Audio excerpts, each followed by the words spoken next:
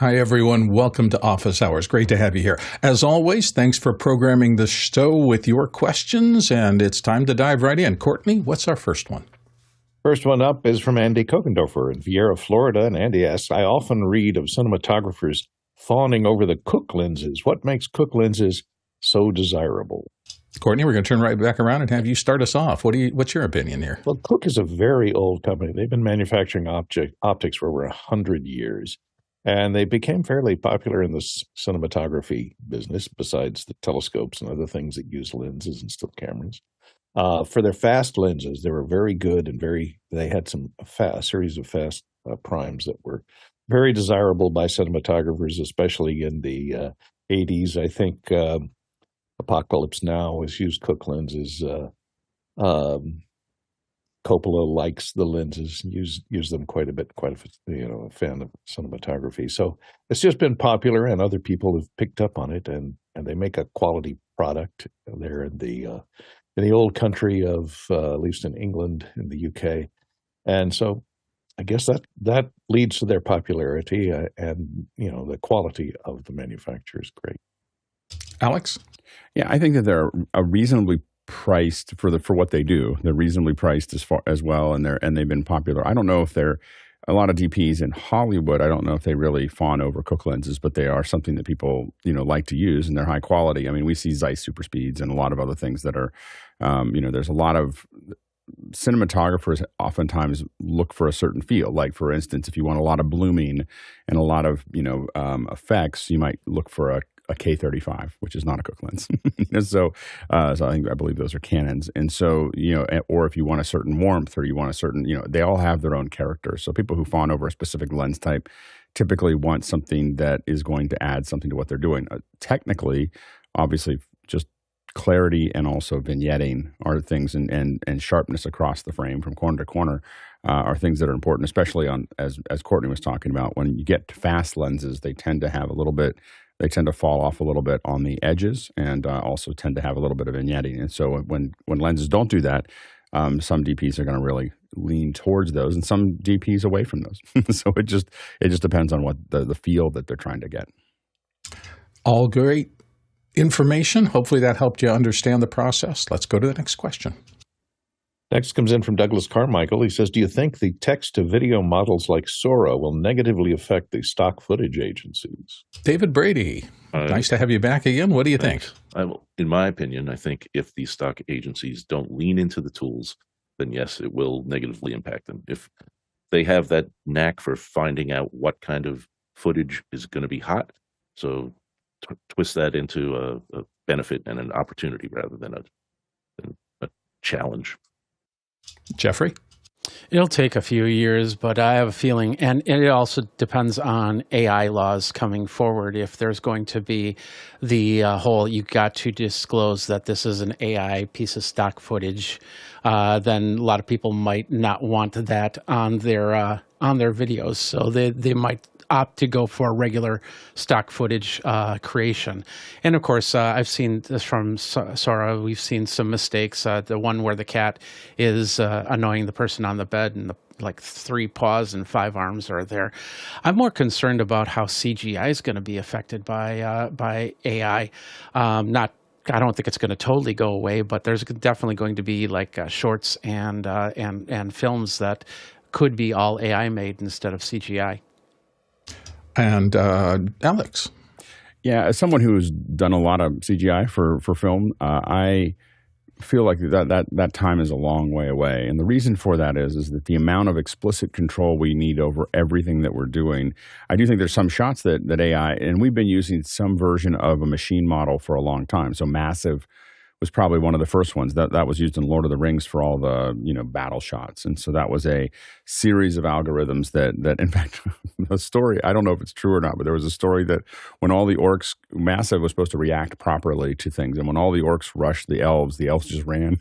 Like they were just like, okay, we're out of here, and so they had to no, you have to stay and fight. That's part of the movie. So doing those kinds of those simulations, I think that kind of stuff is going to do really well. So swarms and things that you don't want to necessarily explicitly control, We've been using some version of algorithms for the last 30 years. We expect to continue to use those to control those because you don't want to explicitly control everything that's there. I think that for a lot of things, though, I think it becomes pretty difficult. You'll see things get easier on the low end, maybe some YouTube videos and so on and so forth, but you're not going to see feature films, I think, moving that direction because I think there's so much that you have to take into account. I do think texturing could be something that gets affected. Wear and tear, again, all things we've been using algorithms for. For instance, when we look at an object that has got an edge to it, like a little corner here, there's an algorithm that will look at the break angles, the angle between one polygon and another, and make a decision that that's probably got some wear on it, because it's an outer edge.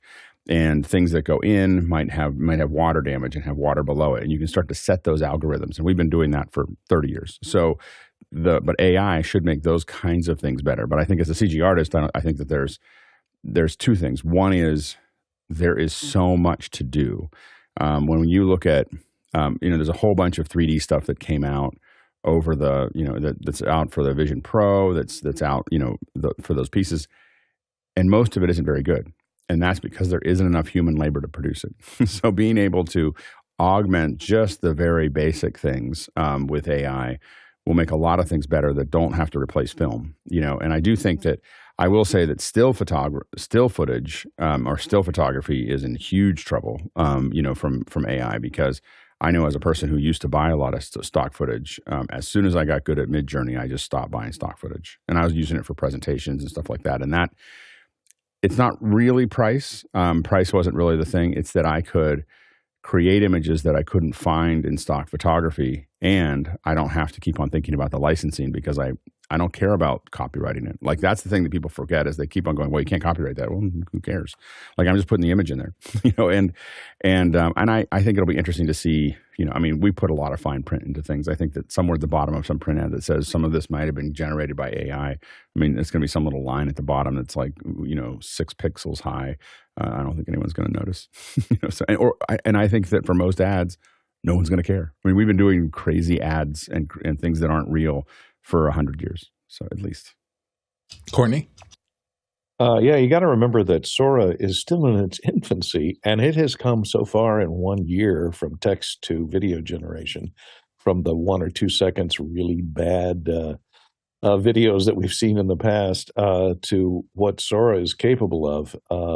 If it keeps advancing at the rate it is, then then CGI might need to be worried. But as Alex said, the amount of concentration of effort that goes into creating that look is so great now. Whether or not the computer can achieve that with just a simple text prompt is questionable. I think what will happen to the stock footage agencies is their business model is just going to turn around, and rather than licensing out individual video clips or stills to individuals, they will just license their library to ingest for all the AI companies. So they'll charge them an annual fee to access all of their libraries that can be used to train the models. So that's probably how they're going to change. And so they can, hire a lot less people. They can change over.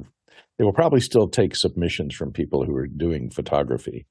But they could be a collective for representing those people and paying them a small percentage of their licensing fee that they get from the AI companies. The fact that you can individually control a stock video is every video is bespoke, so that you don't have to look, as Alex said, through thousands of hours of video clips to find one that might fit your situation to represent your situation. You can just tailor it with the prompt to be exactly the number of people you want doing the thing that you want in the background that you want.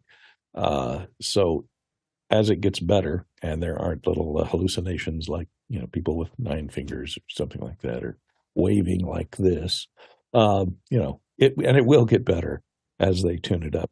But what amazes me is the 3D world, that it has learned so much about all the things that 3D graphics artists that do realistic, photorealistic CGI, the things like water reflections and all the laws of physics that behave as someone turns, their earring dangles and changes and moves correctly with the physics laws. Physical simulation is used to do that in CGI, and it takes thousands of people to create all that imagery that you see in a motion picture these days. It's photoreal, and it's getting close. If you look at some of the Sora examples, it's close, and it doesn't have thousands of people working on it. It's just one big computer. Alex? Oh, sorry. I thought Chris was next. I have no idea what to say. I was going to add. Oh, I for concept work, I think it's going to be a big deal. I think that for images right now, as I'm trying to throw ideas against the wall and say, so when we're talking about pre-visualization, I think that AI is going to be a huge deal. And I think that a lot of folks looking at Sora is going to look at it because it's still probably not going to replace the concept artists. But what it does is it allows the director to hand things to them that will shorten the amount of time it takes for them to get to something. I don't even think it's going to reduce the number of hours they work on it. I think that what it's going to do is it's going to have them be more effective and have, they're going to have the time that they had before, but they're going to have more to show, and because, with most production, you never finish it. You just run out of time. And so you'll just have that box of time, but you'll cover more ground. Chris left, but he's come back. Chris? Every technological advancement I've seen in the 40 years I've been in this industry that promised us time savings has just yielded more iterations. We still spend the same amount of time doing everything. We just do it more. But the iterations do it more. But the iterations make it better. Oh, yeah. No, I'm not saying they don't. No, the videos we create today are far superior than what we were doing 35, 40 years ago. I think the thing that's most interesting about this is how much you value nuance. And if you look at what you can generate versus what you can create, there's always going to, it's like, I didn't type that. I typed it wrong. The prompt is a little bit wrong. And you might like what you get, but is it the nuance that you were hoping for? It's kind of like using a stock template for a lower third, and it looks great. It's made by great artists, and you can type in the name and the title, and boom. And can you change the font? Yeah, I can change the font. Can I change the radius of this curve in this corner? I might be able to. Let me open up the template and look. So those nuances can totally take something into a tailspin if it's not adjustable. And it's kind of the same thing with generated art. Can I change the color of just the tie? Maybe. I don't know. But it's clearly going to be used. It's absolutely going to be used. And there are many job titles that people that I used to work with in the beginning of my career that don't exist anymore. If you think there's not going to be change in this industry, you're wrong. I'm a little fascinated right now with, yes, it's going to decimate and cause tremendous issues with the below-the-line people, but what is going to happen with the above-the-line people, the people who used to have either exceptional creative skills or exceptional administrative skills? Why can't other people who do not have those positions do equivalent work when it's all in algorithms up in the sky? It's going to be an interesting world. I'll still say that the folks above the line are actually going to benefit from this a lot, because it allows them to be creative they don't know how to, a lot of people above the line don't know how to do anything. they know how to, which is my point, I think. No, but the point is that they have a lot of them, if you're a director or a showrunner or something else, they have taste. That's the skill that they have, is they understand what they like and what they don't like in clear terms. And so they can look at a whole bunch of things. And so someone like that handed a product like this means that they can look at 1,000 things and pick out the 6 that are going to make sense for that movie, or the 6 that guide the process. But so I think that for them, there's a huge advantage. It's the skill sets are really hard to come by. Like you look at a lot of musicians, AI eventually is going. You look at the drum fills in the new Logic drum fills. I don't know how new it is, maybe a couple months. It just analyzes the Logic has a drum set that's built into it, it analyzes what you've already put down, the guitar riff and everything else, and it just starts playing drums. It just plays drums that work, and it works, and they cut to the thing and they do the thing, and that's so for people who didn't spend 10,000 hours playing the drums, that's really great for them to be able to add something to the behind, to the back. Is it as good as a real drummer? Some of the time. So it depends on how good that drummer is at keeping the beat. But you're losing. There is this loss of creativity that happens when a bunch of human beings are around each other.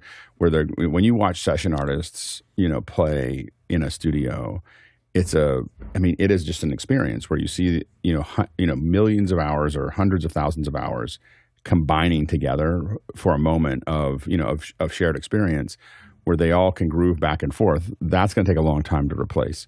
But we have to remember that for most of it, does it have to be replaced though, or is it this part doesn't get replaced? It's this part that's the problem. Because AI is right here, is replacing this right now, and it will just keep moving up. But as it moves up that pyramid of the kind of things it solves, it's going to slow down, because as you go up that pyramid, it gets harder and harder and harder to take the next step. But my point is, will AI give us more pyramids? Instead of just narrow bands of this is where the professionals work in Hollywood or Nashville or wherever, suddenly out of Columbus, Ohio can come an equivalent pyramid, and they're going to have access to everything that the people in Hollywood had. I'm surprised at when I go to things where there's a lot of creators, a lot of creators just don't live in Hollywood. They don't live in LA. That's they don't my live point. in, they're going to come from everywhere around the world. That's happening. That's happening now. It's more pyramids, not easier pyramids. And I think that the challenge that Hollywood has, to your point, is that there may be just a point where people just don't care about the theater anymore. They don't care about TV anymore. They don't care about streaming anymore, because, I know that my habits have gone to, I watch probably 2 or 3 times more on YouTube than I watch on TV. And so I think that's and I'm not the target market.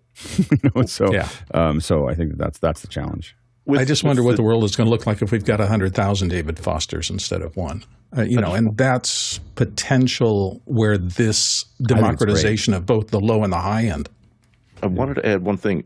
What's the delta between what is generative and what is iterative, and when do you think we'll get to that point? Because that's I think the iterative generative. I think the generative that iterates is a real, when I'm trying to create an image for a presentation or something like that in Midjourney, I will typically produce between 400 and 800 images. I start with a seed, and then I start building on seeds, and I start building on other things, and I start working through it. And that's an iteration, and I'm dancing with that AI where it's not the AI just generating it, it's me making decisions.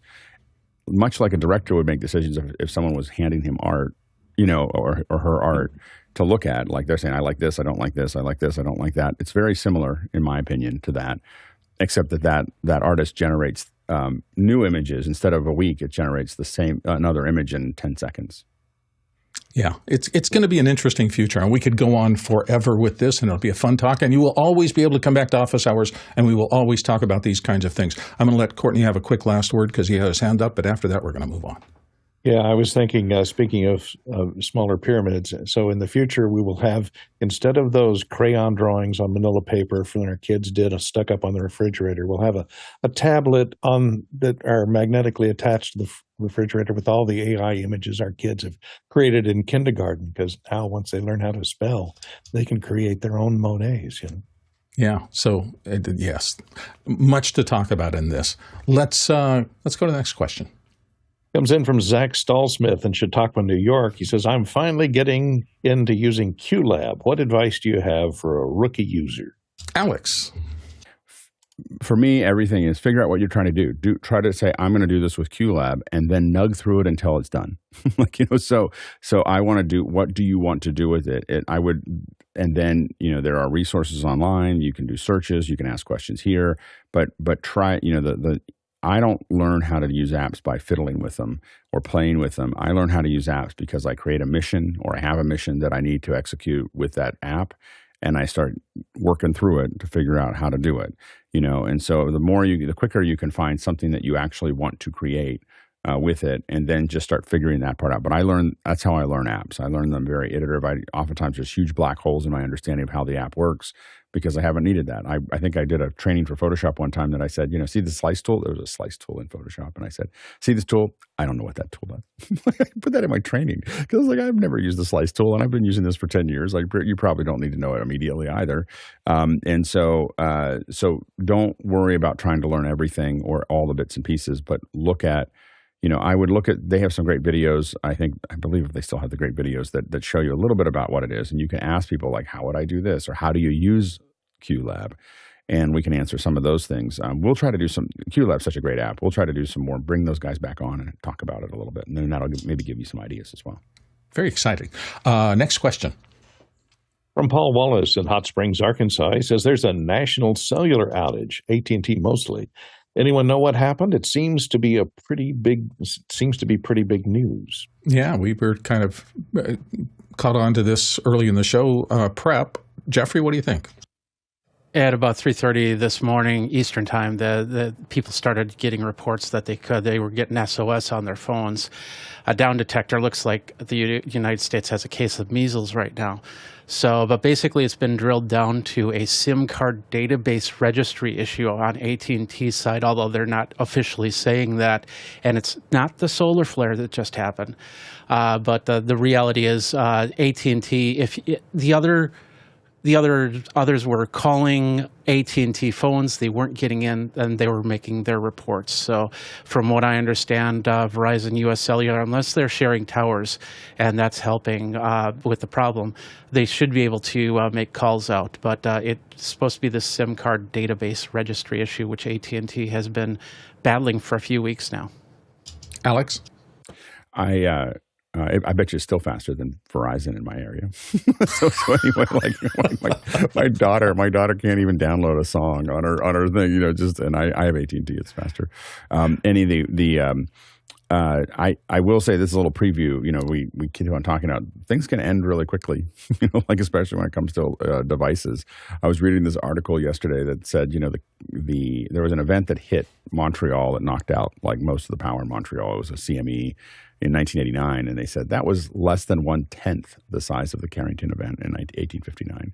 So, you should always have in the back of your head, enough to, you don't have to be, prepping, but you should be aware that this little world that we have that's all electronics and everything else could end instantly, in areas. And so just know that's, I think we've become too reliant on the even though this is a whole thing about tech and we're coming to you over all the tech that's there, we're here to warn you that enjoy it while it lasts. We will be here as long as we can be. Next question. Next one comes in from Tlaloc Lopez Waterman in Appleton, Wisconsin. He says, what is the manifest in terms of delivery to your TV? David Brady, start us off. I know Alex is going to dive in deeper than I, but that manifest is basically a M3U8 playlist that'll define the different resolutions and bit rates in that stair-step type of delivery to the TV. So it might start out at the lowest until it can determine it can ramp up to the fullest that's available in that playlist, but you won't get anything beyond it. So if you have bit caps at 720, that's all you're going to be able to pull. I'll put in the link to that HLS demo, which kind of helps me grok it a lot better. You can actually physically slow down or degrade the signal coming in with some of the buttons in there, and it's fun to play with. Interesting. Alex? Yeah, the manifest is that description. The player makes the decision about what it's going to play. So the player is paying attention to what's actually happening. And I don't know why, but I always think of the manifest as some old guy. It's this old guy on a ship, with a manifest. He's got a cigar and he's like, "Okay, kid, what do you need here? I got a 1080p, I got a 720p, I got a 480p. What do you got here?" And the player's like, "Oh, I don't know. You can have one of these. Do you need Atmos or do you need stereo? I don't even know what Atmos is. Well, you don't need it. You don't need it. If you can't see the Atmos, then all you get is stereo. And so it just gives you this list of these are the things that are coming in, and it and so the player is looking at the speed. Now, the tricky part about manifests is that you can put things in the manifest so that, and a lot of times we try when we start to build one singular manifest, which is, this is all the things that are possible for all the different players. But the problem with that is that if you put something simple at the top, your high-end player may grab onto it, go, well, that's working great, but if you put it at the top, it may confuse if a lower end or older thing that doesn't know Atmos, for instance, can't see it. Tries to use it, it might fail. So you have to set the manifest up so that they grab onto what they can see at the right time. Now, a lot of times what happens is companies like MLBAM, and it's now part of Disney, they'll build a manifest for every single device. So they'll look at your device ID as you grab on, oh, that's an Apple TV, that's a Samsung phone, that's a whatever, and they'll go and grab a manifest that works just for that device. I'm going to hand you that manifest. That's a dynamic manifest generation. And so it hands you only what you need to know. And in that area, typically there are 5 or 10 different lists. And because what's happening is you're encoding, when we put it into our encoder, we're encoding all the options. So an encoder might have what we call 9 stairs or 9 steps. So it might be 2 1080p's or a 4K and a 1080p and an Atmos and a stereo or Atmos and Vision and a stereo and regular 709 and all these things. And you'll see those defined. And by the way, if you want to see what manifest looks like, go to an Apple event, that's still there, and just simply grab the URL. Go to the Apple event, or you can probably do it on YouTube, but you can go to Apple event's the easiest one to find. You go to the Apple event, open up developer tools, and you'll see an M3U8 in the page. Grab that M3U8 and paste it into Chrome. Chrome doesn't look at M3U8s. And so what it'll do is it'll just download the manifest. It'll just download the file. There's a text file of exactly what Apple did. That's their manifest for their player. So you can take a look at what it's saying. And then that manifest, though, gives the player, based on what it knows it can do and what kind of bandwidth it's seeing. That's why you see a low res that David was talking about. It sends you low res so that you get an instant reaction. So you immediately see an image, because the funny thing people will do, if they don't see something immediately, they'll keep tapping on the phone, and that creates a behavior that can overwhelm the server, because it doesn't seem like a big deal when it's not working. You're like, oh, it's not working. You tap on it a couple times. If 1 million people do that, servers break. So the thing is that you need to make sure that you give someone something really quickly, and then it uses that first thing that you see to measure how fast is that getting to you. And then the player's going, oh, I can handle more than this. And so then it just asks for the next one. And what it does is that the way HLS works is that it grabs the next segment. It says this segment I was grabbing, and usually they're in 2 seconds or 6 seconds or 10 seconds or 1 second segments. Typically there's fractional, and we're not going to talk about that. But the 2 seconds is really common. Oftentimes for really big events where you think you might have 10 million viewers or 15 million viewers, you might go to 6 seconds or 8 second segments, because the database can break if it's holding too many segments at one time. And so what you grab is those segments. It says I had a 240p, but I downloaded that really fast in the first 5 seconds. So the next segment, give me a 1080. And so it grabs onto that. That's what the player's doing. And the manifest just tells it what's available to do that in. One little note, by the way, is if you wonder why your Game of Thrones is all beat up or something else, cable companies can manipulate the manifest. It used to be Elemental used to make a tool called a Delta frame that would do this, but it manipulates the manifest, so we can change it. Sometimes they'll take out the top one because they don't want to serve up the bandwidth. so if they think this is going to be a big show, they'll take out the top. The cable companies will take it out of the manifest so that the player can't see it, because the player can only ask for segments that it can see in the manifest. Anyway, that's probably more than you need to know, but there you go. Next question. Next one comes in from Eric Hers in Hartford, Connecticut. He says, in a Tony Mobley style production, how could you send the AV to both YouTube and back into a live Zoom meeting without the audio being duplicated in Zoom, or with the Zoom audio being too far ahead of the mimoLive video? Jeffrey Powers, start us off. Well, what I would do is, and Tony Mobley's system is basically, last time I knew it was all run via vMix. So basically what you can do is you can send a signal out to YouTube, and you can also send a signal out to an external monitor, which you could then capture on another machine using something like OBS. You don't have to use mimoLive, and then bring that back into play into the vMix session. It wouldn't cause any loop in the audio from that, since it's inputting through Zoom, and of course it doesn't, as we know with Zoom, your voice does not come back to you. It's all mix minus at that point.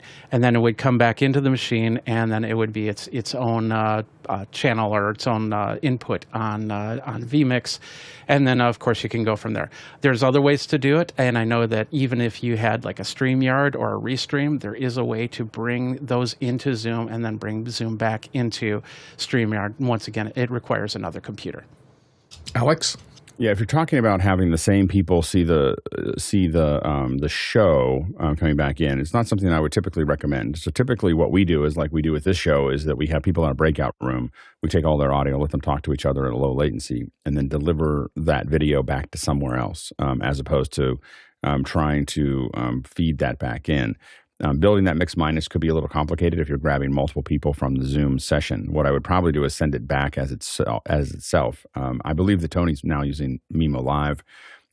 So what I would do is you could set an output there that you can set a program output that's not using audio, and then make that a virtual camera. So instead of having it be streaming to YouTube, so you could set up in Mimo two outputs, and one output is programmed with audio, and that goes out to YouTube. Another one is programmed through Siphon. So, or I think there's actually a virtual camera that Mimo has. So it's a virtual camera that goes out, and so that virtual camera will show up as a camera for Zoom. Now, if you include audio, you're going to get the audio back.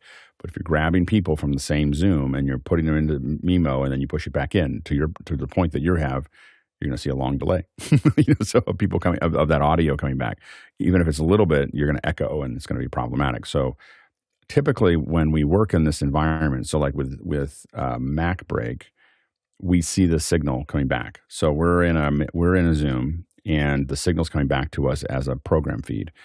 But the difference is that in that program feed, we don't get any audio. So it's nice for us as a guest, because we get to see it, and we get to see when we're on air, when we're not on air. We get to see what the graphics are. We can see the playback, but we don't have to. But we're not, and we do see I guess we hear the audio, but I think it's a mix minus. What it's done is it doesn't return anybody. What's happening at Twit is they're not returning any of the participants' audio back to us. They're only sending, when they send it to us, it's a big mix minus, which means that it's sending only play out and other effects and so on and so forth that they have back to us. So we still see when Leo plays something out, we still hear it, but we don't hear. None of us are getting pulled back because we already hear each other inside of Zoom. So those are the decisions you have to kind of make, and as you do that. But the audio is the trickiest part of making sure that it works, and making sure. And again, a lot of times the safety is we put us in a breakout room. We send it to an event if you're sending it to someone in Zoom. Let's go on to the next question. Next one comes in from Robert Shoji in Los Angeles. He says, short question, but long answer. What is H.265? Can you break it down for us, Courtney? Well, it's a codec. It's the new codec for higher bandwidth and higher resolution imagery. So it's used for 4K. It's sometimes called HEVC, or high efficiency video codec. It's about 25 to 50% better than H.264, but it goes one more. So it is used in most streaming and in some broadcast and cable broadcast for encoding 4K, 60, and up to 8K. It can go up to 8K. It has a better bit depth on color, so I think it can accommodate 10-bit instead of 8-bit, which was H.264. Most H.264. So it gets you better video imagery and taking up less bandwidth. So it improves. It's the thing that allows us to stream 4K video over a pipe that used to only be able to stream standard 1080p. I remember back when we started hearing about it, it seemed like it was going to take over everything. And this was years ago, but it seems to have been a little bit slower than maybe I expected. Is that because of the licensing and the rest of that? Does it cost manufacturers or other more to use H65 than it does H.264? It is licensed, I think, the same because it uses MPEG compression. So I do think they're paying money to the MPEG group on the licensing. So, Alex, you want to add something? Yeah. So the H.265 might be the last MPEG one that you really see as a wide. There is an H.266 spec that's being built that's more efficient than H.265. H.265 takes more processing speed to encode it than H.264, but in that processing load, it is more efficient, as Courtney said, by 25 to 50%. And it is so it's a more efficient codec, so that's great. It also supports 10-bit. It supports and the higher resolutions and more channels of audio. So those are all things that it can handle. So it's a more modern architecture. The problem that they really took on is that they created a large licensing fee for people to use it, especially providers. And that meant that Facebook didn't want to use it, YouTube didn't want to use it, Netflix didn't want to use it, and Apple paid for it because it allowed them to differentiate their product from everybody else, and they can afford it. So they just went ahead and paid for the H.265, but everyone is jumping to AV1. So the problem is that this is a classic case of what we would call demand destruction. So they charged too much for the licensing. It's in MPEG. The MPEG group is a whole bunch of companies, including Apple and others, that pool all of their patents so that they can build this. But the problem is that the organization itself, H.264 people didn't like paying for it. H.265 they really didn't like paying for it. And so what happened is that they all got together and said, hey, let's do this ourselves, like without all these costs. And so I don't know. I mean, H.265 is definitely better, and you can do a lot more with it. I would be surprised if we see any widespread use of H.266. They may have gone to that well a couple too many times.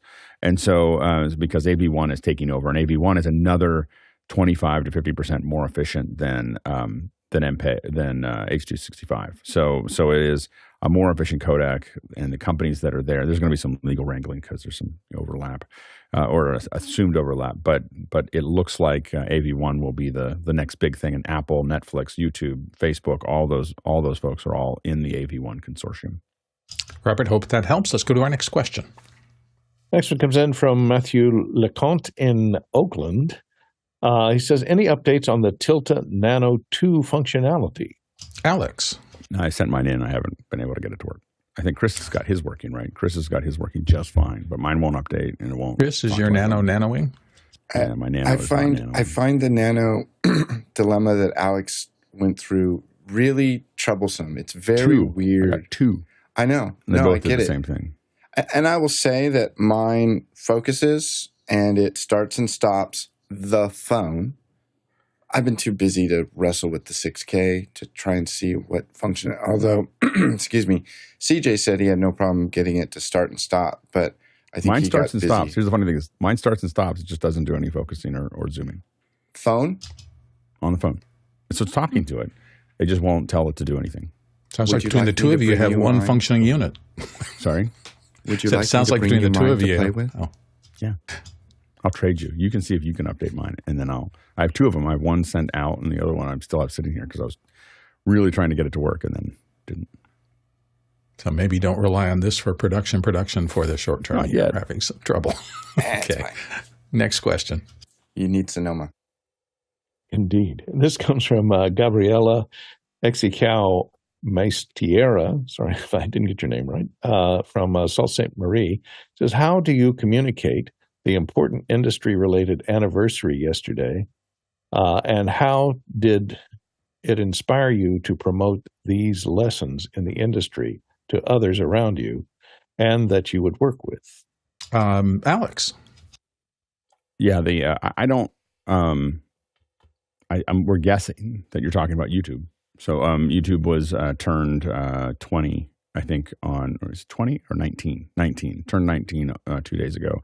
This was submitted yesterday. So I'm assuming YouTube. I think that the only lesson is that you see something small, and when it comes out, you look at it and you go, I don't know what to do with that. And there's just a bunch of weird little videos. And I think that, it's easy to look at an early technology and not jump on it. But had most of us who looked at it, who had videos experience, if we had started to jump on it in 2005, we'd probably have millions and millions and millions of followers right now because, you had, and so a lot of us just kind of were like, I don't know what to do with that. It's a bunch of stupid little videos. And I think that, so when we look at new technologies, we always have to be careful of not seeing where they're going to go, as opposed to looking at them as when they come out, they can be a little rough.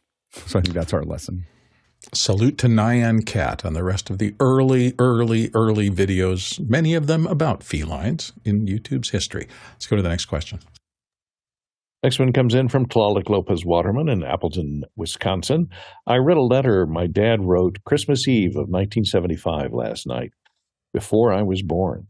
Will we, in this digital age, have that kind of archival staying power? Let's start with David Brady. David? That's going to be a tricky one, if only because of the changes as these digital technologies progress. I had a friend who, her mom had passed away some years back, and she had voicemail messages. She asked me to kind of get off, burn to CD so she could listen to them, outside of that. In a similar fashion, on the shelves behind me, I found a record from my mom's collection of her going down to Coney Island and recording in a booth. So I know what my mom sounded like when she was 18, and that's kind of cool. So it's a challenge for certain. And I don't know what the correct answer is, and I hope somebody else might be able to elaborate more than myself. Courtney? Yeah, the archiving industry is flummoxed over this in how to preserve motion pictures for future use, because, we now have films that are over 100 years old that are now being discovered that had disappeared from everyone's memory. They're now being discovered and redigitized and put back into into circulation again. And now that we've moved to digital storage, and that storage requires a playback device to turn it into something that we can use our senses to discover. So there's no serendipitous discovery of going through your grandma's attic and discovering pictures of people, your long lost relatives that you've never seen before. If you're going through, 50 years from now, our kids going through our attics will go, hey, what's this zip disk thing, and how can it'll just be a piece of plastic and you won't know what's on it. You don't, all that imagery could be lost because trying to find a zip disk player even today is almost impossible. So I worry about that unless you migrate your digital images or print them out into the best way to archive is to print them into something that you can use your eyes and ears to discover and see and enjoy. This is what a lot of motion picture companies are doing. They're these digital films that are produced with digital cameras. At the end of production, they're taking that final digital DCI hard drive and they're shooting it back to film with laser recorders onto black and white color separation negatives, and they're putting it in a salt mine. So that 100 years from now, that black and white image, which is printed on an S-star base, is still going to be able to hold it up to the light and view it and digitize it and turn it back into something that whatever the media is of that century can enjoy. So that's what a lot of film companies are doing to preserve their films for history, other than trying to migrate it to the next form of digital storage. Alex? Yeah, I'm slowly printing things. So I'm printing out the images that matter the most to me and putting them on archival paper with a high quality printer, and then putting them carefully into kind of an archive sleeve. And that is just, it's not every photo I have, because I have 65,000 photos that I took with my iPhone, another 50,000 on other things. And so I can't keep them all, but I am keeping the ones that, this would really hurt. What I will say is the fluidity, like my iPhone or photos on my phone will send me, like it'll just surface 5 or 6 photos a day of like, hey, here's some cool photos from your 65,000 that are sitting here. And they're just amazing photos of family and other people like that. And I have a tendency to send them out. Like I just send them, like if I have a funny picture of my son when he's, when he was 3 or something like that I took a long, long time ago, I just send it to him, and I send it to my wife, and I send it to other, it's just kind of like a fun thing I do in the day when those pop up. And I think that fluidity of being able, and part of the reason I do that, by the way, is if I lose my database at some point, other people have the photos. But it also means that, it's just kind of a fun share that you couldn't do that you wouldn't do as normally with paper. But I do think that there's something about, taking those pictures that's interesting. But there are so many things, and anything I want to remember, like my photo library isn't just of people or cities or whatever. It's things I want to remember. And so I take pictures of things, and it's amazing later when things just pop up and you see these cool photos that you took from, Rome or Tokyo or whatever. And so I think that they're much more available, but I am slowly printing the ones that matter the most, just in case, for that, and putting them in a thing that will last 100 years. To make sure that, that there's some chance. And, we lose most of everybody's history. Like, very little of history is left. Like, we think, look back in 1800s or whatever, but we have, like, a small fraction of everything that was produced that didn't just turn into dust. Chris? I've been calling this for some time now the digital dark ages. And there will be a time in the future where people look back at the turn of the 21st century and they're going to say, I wonder what those people were like. And everybody's going to say, we don't know, because very few people like Alex and Lindsay printed their photos out. And what's really interesting, I mean, obviously, a big CME or an EMP is going to erase everything one day. It's all going to be gone. But what's really interesting to me is the fact that, like, our kids, my stepchildren, most of the photography they do, like, the vast majority of the photography that they do is done in Snapchat, which erases it in 24 hours anyway.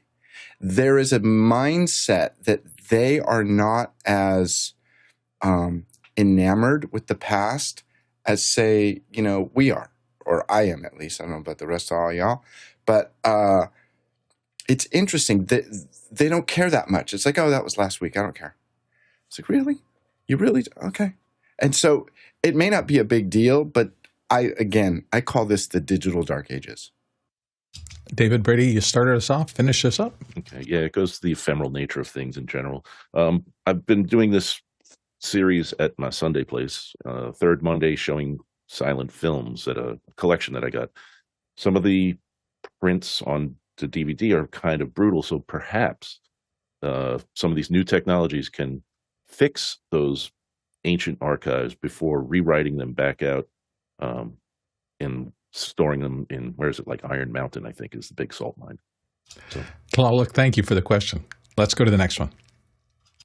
All right, next one comes in from Andy Kokendorfer in Vieira, Florida. He says, thoughts on the new SmallRig RC30B bicolor LED Fresnel. It's 15 to 60 degrees adjustment and zoom. Or flood, and it's $99. He has a link there to it. Alex?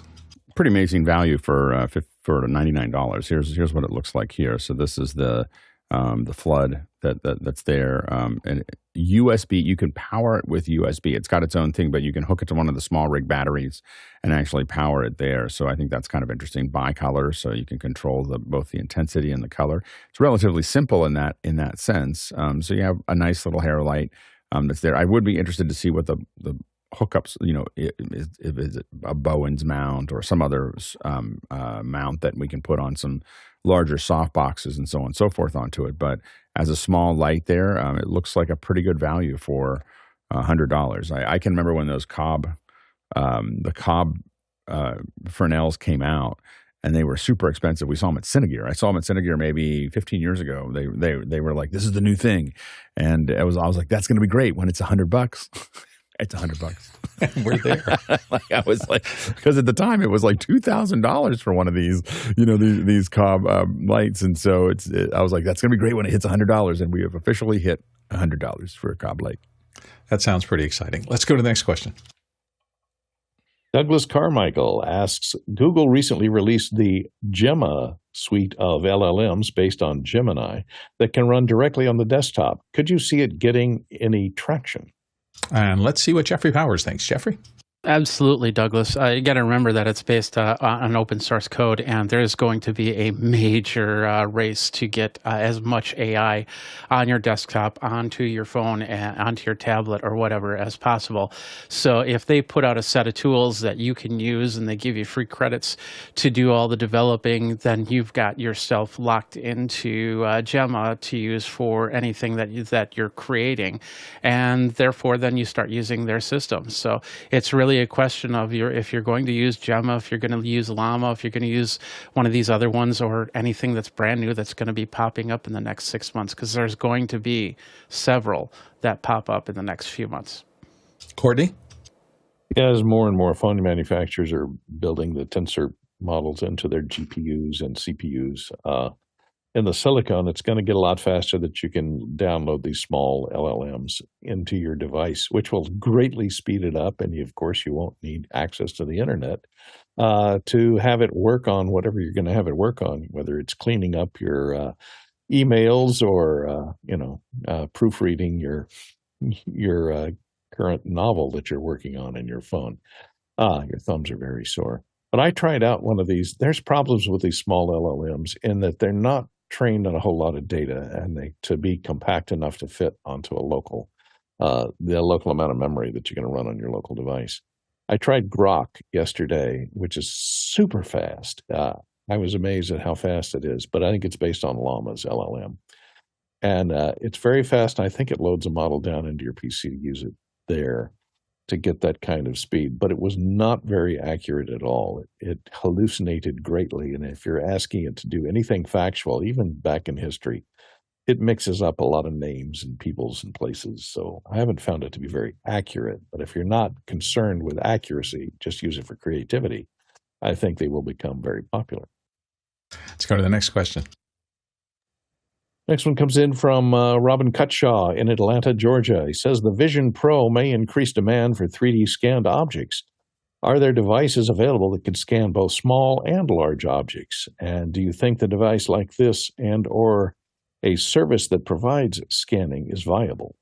Alex, this is right down your alley. Yeah. Just know that it's going to be a lot harder than it looks. So there are already things that the thing that will do any size is really is photogrammetry. So photogrammetry, if you have a camera that's going to shoot a tiny image, it's going to be able to build a 3D model of it. If you're going to do a giant image, it's going to be able to do a 3D model of it. We use photogrammetry for cities. We use photogrammetry for people. We use photogrammetry for small objects. And because it's just simply how many pixels do you have to take that picture. So that photogrammetry is the way that you're going to do it. And Apple has its own app that does that. Polycam does another version of that. So that's what you want to be paying attention to. Now, where things get interesting is when you blend photogrammetry, which is what we call unstructured light, which means we don't know what we're looking at. We just got a bunch of pixels over there. And so what we do is we take the photos, we take two photos that are overlapping and look at the same image but from a slightly different angle. We look at things in those photos that relate to each other, and then we correlate those. So we say, oh, this is the same as this is the same as this. And once we have a series of those points, we can calculate where the cameras had to be and what their focal length had to be in those two places. And so we're using parallax and fall off to do those things. So now what we do is photogrammetry does that, but it doesn't know what the scale is. It just knows it just knows these cameras are correlated, but I don't know how big the thing is. What we add to that is LiDAR, which is structured light. We know exactly how far away that was, and we know exactly how big that was. So what you're going to start to see more and more of, especially because some of the apps are using this, is they're taking the structured light to get the scale and to maintain accuracy, to make sure you don't have any warping. And then it uses unstructured light to add the detail and the textures and so on and so forth back to it. So these combined elements are the part that you're going to get there. So what's interesting about it is you can get this all with a phone. So the device that you need to do this is an iPhone. Really, the last couple versions of the iPhone will do it.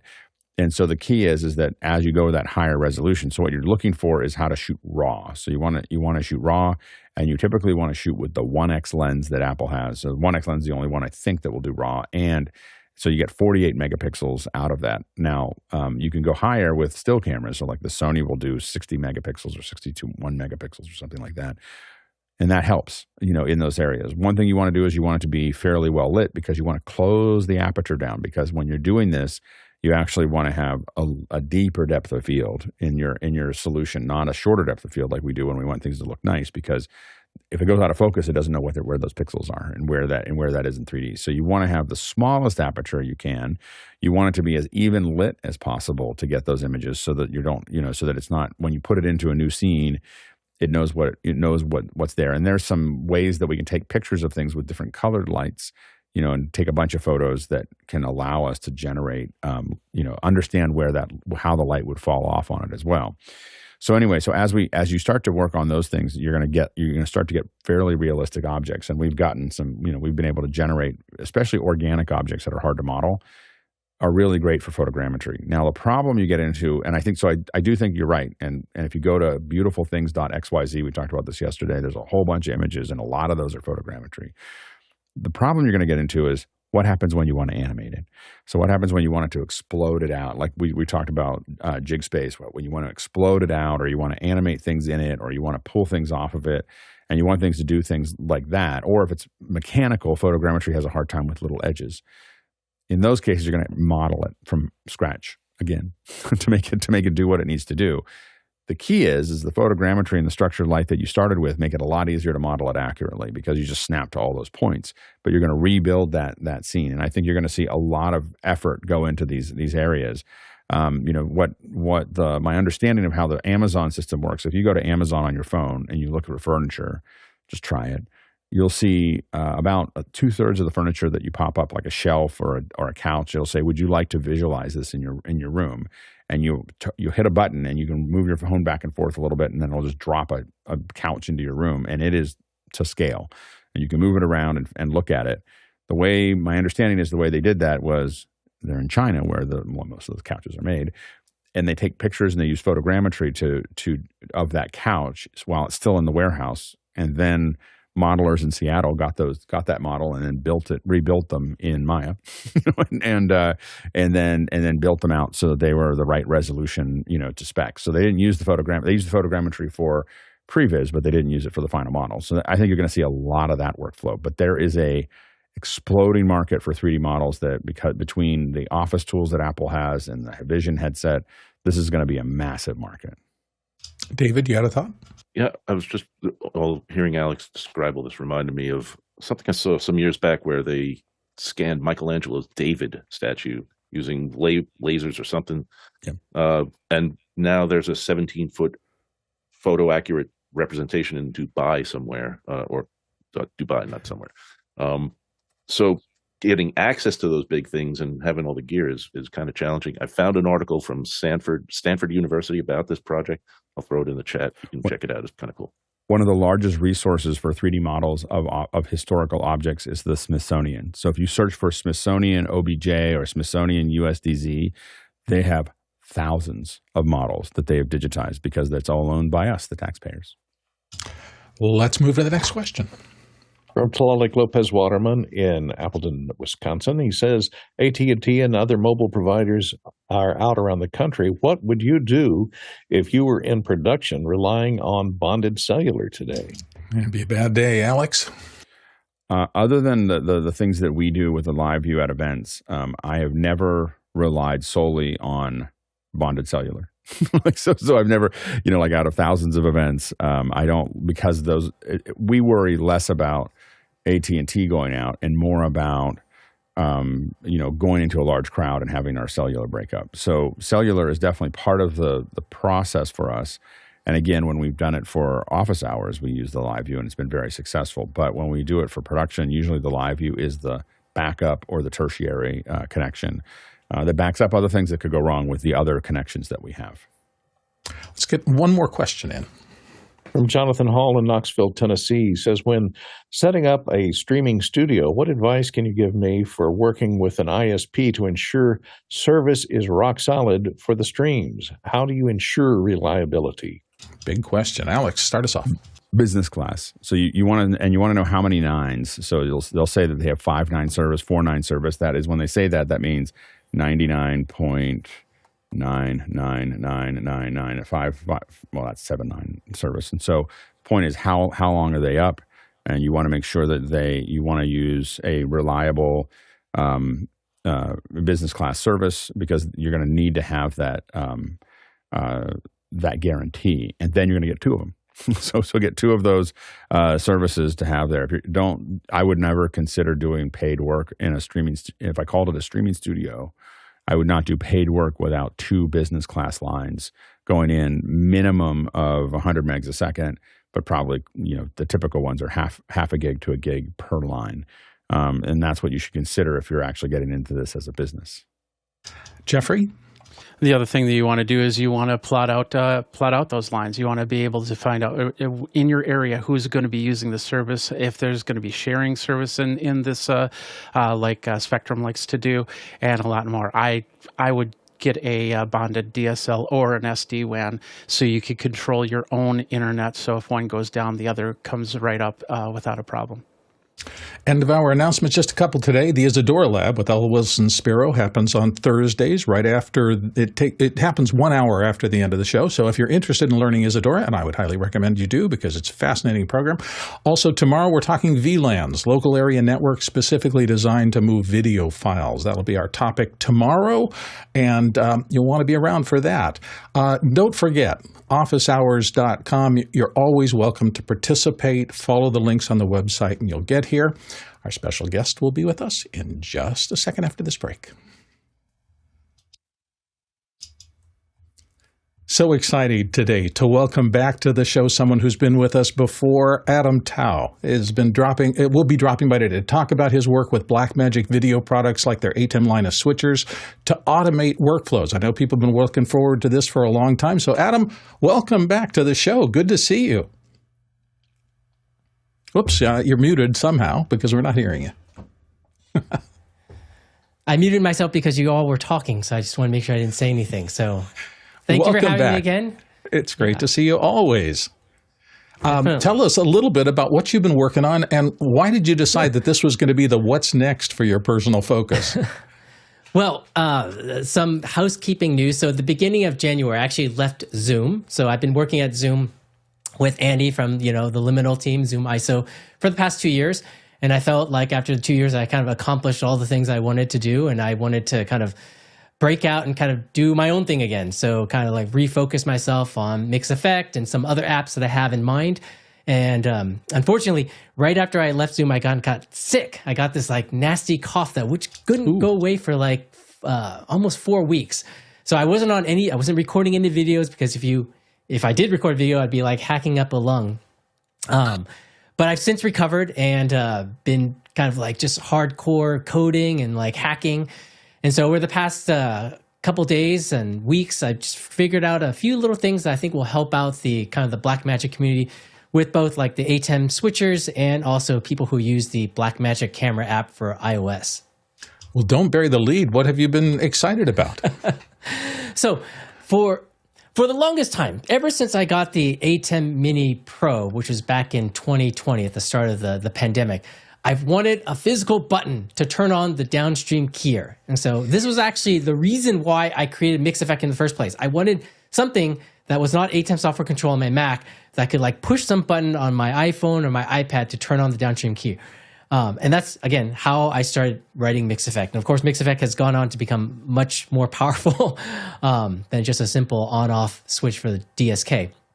But that thing always nagged me in the back of my mind. I was like thinking, there's all these buttons on the ATEM. Can't you reprogram them? And then I realized in BitFocus Companion, they recently added triggers. I think it's been in beta for a while, but they added triggers recently. And so I was thinking, what if you could detect when a specific button was pushed, and then instead of doing that action, or instead of having the action happen because the ATEM is going to still send that command over, but detect that command and then do something else. And as long as you don't use those buttons, then you could actually, use them to do something else. So I was kind of hacking the other day and I figured, was just testing it out and said, oh, wow, this works. So I quickly wrote up a blog post about that and posted it just a couple of days ago. And then Alex contacted me and said, hey, let's have you on office hours on Thursday. I said, okay. So I had to get everything prepared yesterday for this. And then the other thing, and we can talk about that next, but the other thing I'm going to show is Blackmagic last year released the Blackmagic camera app for iOS, which is a great camera app, has clean HDMI, lots of power, lots of functionality. But one thing that it lacked was the ability to remotely control the camera app. Now you could have like a headphones to turn on and off record by pushing the kind of the volume up, volume down buttons.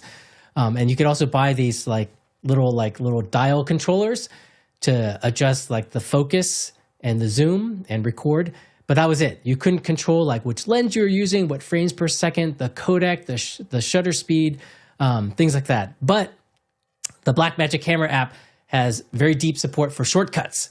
And I don't know, people who know me know that I love shortcuts.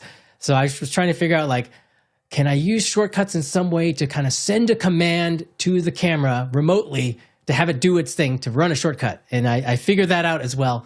And I'm going to be showing that later today as well. So where do you want to get started? Well, there's so many things, and I know Alex has some things he wants to talk about. Alex, do you want to jump in and just I was okay, dive afterwards. Yeah, go ahead. All right, Adam, how about just pick one and start with us and dive us into what your brain has been focused on. Okay, so let's start with the ATEM button. So I have here an ATEM. I don't know if we can focus. ATEM Mini Pro. Again, this is the first device that I bought when the start of the pandemic, 2020, that got me introduced to Blackmagic devices. And there may be buttons that you never use, including, let's say, these DVE transition buttons, or maybe actually these are the wipe pattern buttons. This is the horizontal button, and then this is the vertical button, and then these are the DVE transition buttons. You may also not be happy with the pip buttons. So if you push on the pip and turn it on, it might do a picture-in-picture that the picture is too small. You might want it bigger, but you can't change these because these are hard-coded into the device. So let's take a look at, let's say, Companion. So let's go to here. So people are familiar with Companion. It's a way to kind of control. Most people use it to power a Stream Deck, but we're not going to use a Stream Deck here because, we're going to use the buttons on the ATEM. So there's a section here called Triggers right here, and you can see this is my ATEM right here. Trigger. So click on that, and then you can basically create a new trigger by clicking. There's a button. There's a new trigger button like up here, and I've created a trigger here. Let's go with. Let's actually get this out of the way here first. Okay, so let's go do the DSK example. So we have this transition DVE push right. So if you look physically on the ATEM switcher, that is, and I can go back to this camera here. So the DVE transition push right is this button right here, okay? So what we're gonna do is we're going to map that button to do something special. So with triggers, you have to define three things. You have to define the event that you're listening to, the condition, and then the action, what you want to do when the button is pushed or the condition is raised. So here we have the event. And so what we're going to do is we're going to say on condition becoming true. And then we're going to set the condition. So the condition grabs variables and parameters from your modules that you have in Companion. So right now I'm using Companion to talk to MixEffect. So MixEffect has pretty deep support for Companion. And so one of the conditions I'm looking for is what is the setting of the DVE transition style? And I think if you use the Companion built-in ATEM module, you might also be able to do this. So you don't necessarily need MixEffect if you don't have it. If you just have Companion, you can probably do this too. But I'll leave that for the reader to do. So again, we're looking at what happens when the push right style condition becomes true. And that's, again, what happens when you push that button. So then you say, okay, here are the actions. So the first action that I want to do is I want to reset the style to something other than push right. Because when you push the push right, the button gets highlighted and you can't push it again because the condition will always be true and this trigger will never run again. So I want to set the style to something that I'm also not using. So I'll set it to push top left. Then I'm going to set the actual transition style back to mix. So usually I use a mix or dip transition. So I want to reset it back to mix. That way on the physical ATEM, you see the light switch back to the mix. So if I hit auto, it'll do a mix transition, not a DVE transition that I don't want. And then finally, I want to set the DSK to on air to be true. Okay, so now I don't know what's going to happen when I turn on the DSK, but let's see what happens. So I'm going to go switch to this view here. And actually, let me go out of the SuperSource. Oh, we can stay in the SuperSource. So I'm going to push this button, which is this button right here, and let's see what happens. It's going to turn on the downstream keyer. Oh, and you can see a little title appears, Adam Tao and Johnny S. Diaz. Johnny S. Diaz was the person who helped me write the first version of the MixEffect companion module.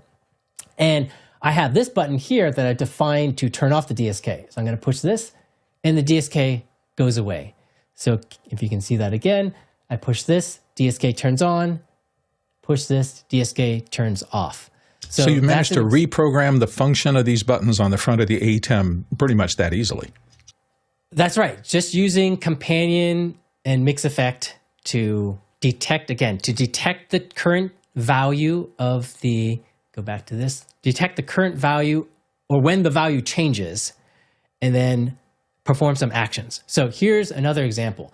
Another thing that people really want is the ability to set the media player still. I want to go next. I want to go previous still. So here we're looking for a change in the transition wipe pattern.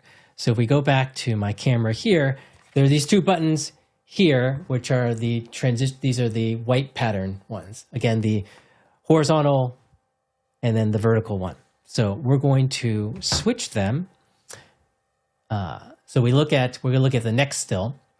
When the transition wipe pattern goes from top to bottom bar, what we want to do is we want to select the next still in the media player, and then we're going to reset the wipe pattern to horizontal barn door, again, one that I'm not using, and then we're going to reset the transition style back to mix. So if we go back to here, and let's turn on the downstream keyer so you can see what's happening. And I'm going to push this button right here, which is selecting the next still. And I don't know what still image is going to appear because this is on my ATEM Mini Extreme, but we'll see. It'll be a big surprise for all of us. Oops, let's see. Oh, sorry. The buttons on the ATEM Mini Extreme are not the same as the buttons on the ATEM Mini Pro. So the topmost button on the ATEM Mini Pro is actually the buttons right above mix and dip on the ATEM Mini Extreme. So I actually want to push this button here. And you see a little subscribe button appeared in the bottom right corner of the SuperSource. And I can switch back and forth like that. Are you able to see that? Yeah, absolutely. It is a little small. One of the things I heard somebody talking about was, what is your strategy for labeling once you remap? I mean, this has the potential to do powerful things, and people who use the same things all the time are going to have no problem with this, obviously, at all, because they know what they reprogrammed something for. But if somebody is working on somebody else's show, or you come into this circumstance, have you found a good way to kind of indicate what's going on? I have not. I just kind of came up with this a couple of days ago, so I haven't come up with a good solution. Maybe some type of sticker, you know? You definitely, I mean, I see this being used more for people who have complete control over the ATEM. It's not like they know what they're doing. And if they have volunteers come in to kind of like push the buttons, they just need to be very, very clear. And they also, I mean, they do need to set up companion to make sure that these buttons are actually working, because if it's not set up, you push the buttons and it's just going to do what the ATEM wants to do. Well, the capabilities are very exciting. So, Alex, you wanted to get into this? Yeah, one question I had for you is if the button already has something, will it do that and what companion does? Definitely. So let's take a look at let's go back to the Mac, and then let's take a look at the pip buttons. So we have the DVE. So these are those pip buttons. We have top left, top right, bottom left, and bottom right. And on the ATEM Mini Extreme, you have like additional buttons. So let's take a look at this one here. Now, I had renamed this to auto because I was doing this in my video that I posted on YouTube. But I actually changed it to set the DVE to be bigger. So let's take a look at the events. So I have actually 3 events that I'm looking for. So all these conditions must be true. And this actually works best for the pip because there are more things that you can like look for. So one thing that the pip does is it makes the boxes all the same size. So the size is like 0.2 in size. And then the DV position and the X positions are all pretty much the same. It's either minus 12.5 for the X or 12.5 if you want to go to the right, and then minus 7 or plus 7 for the Y value. So when all these conditions are true, what am I going to do? Okay, so the first thing I'm going to do is I'm going to make the size bigger. So I'm going to make it 0.35, and I'm going to change the position to these values here. Then this one does an auto transition. It's actually been disabled, so I can get rid of that one. And then I set the USK to be on air. So let's take a look at what happens when we do this. So I'm going to go switch to this here. And let me actually go, let me push this button. So I'm going to push the top left, and let's see what happens. Okay, so you saw the pip just appeared, and it is bigger than the normal pip. Now, Alex, you asked the question like, what happens if the setting is already on? So now I'm going to push the top right button. I think that and you're going to specifically, it's like if I hit something, I was trying to look at what buttons can I push, but could I push buttons that their native thing will affect my show? Will it do that and then also do what you needed to do? Yes. So again, let's say you did the pip. So if I push this pip button here, you'll see it starts small and then becomes bigger. If I push this one here, it starts small and becomes bigger because the ATEM is still sending the original command to the ATEM when you push the button, and then Companion runs and does its actions. So yes, if you have if the button that you're kind of overriding does something, it will do that thing, which is why you only have so many buttons on either ATEM Mini Pro or ATEM Mini Extreme that you really should kind of override. And the buttons that I recommend is like, I don't know if many people use the white patterns or the DV transition patterns, so I would override those. Another good one is maybe the duration, so the transition duration. If most people set their duration to a very particular thing, like 1 second or maybe 15 frames, and you can override those. Those are good ones. And then if you use, a lot of people do use the DV, so I don't know if I would recommend those, but if you never use the DV, but I think that, like, for instance, for let's see if I can get this to. My phone isn't spinning for some reason here. Hold on. Like basically, almost all the buttons above the channels in my Extreme. So I have an Extreme, and the gain focus or the gain focus black. All of those are not stuff that I use. So there's basically 96 buttons that are above my channels that I'm not sure if I've ever touched them. Like I think they're still in the state that they were when I got the switcher. Yeah. And then there's also the mic 1, mic 2 headphone. I don't use those either. And then the thing I worry about is like I was going to use the select bus, but I realized that might actually change my show. So above, I could rebus things. And so, but I do think that that there's I feel like I have a solid 108 buttons on my Extreme by my quick math, because the other ones on the one corner, my right hand, I use all the time. So transition's not so much, but like the macro I have all set up, and I use the video out all the time, and I use some of the other ones. But again, there's 108 buttons over here that I've never used, and so I feel like, and I don't think any of them will affect anything because I'm not using audio in my mixer, and I'm not, I'm not using cameras that it would affect either at the moment. It might be possible. I haven't done too much investigation. Now, one of the problems is that when you push a button like the gain button, it basically tells the ATEM, the hardware, I am going to be modifying the gain. So you see how it I think it highlights for a moment, and then you can push the up, down arrows, and then it it clears out. So what it's doing is it's setting, I think, a mode in the hardware that says, now for like 3 seconds, I'm going to be able to push the up, down buttons to adjust the gain. And I don't think you can detect that in Companion. Now, you can detect the change in the gain, and maybe you can't do that in MixEffect. So maybe the buttons that are, but like a lot of these other ones are stuff that is, I mean, the 6 buttons above each one of the channels, the audio follows video, those kinds of things should be Certainly, yes. You can detect them. I'm not sure if MixEffect exposes those. That's certainly something I'll probably be adding in the future. Because those are really useful buttons module, for me for the companion thing because as I said, all of those buttons there I've never used. So I don't know. Again, there's a whole bunch of buttons there. The ones that you showed are things that I might actually use, but the ones that are over above the channels, I don't use at all. Right. There's so many. Certainly, I would investigate. Take a look at create a trigger and see what happens. Yeah. I did want to show one more trigger. Go for it.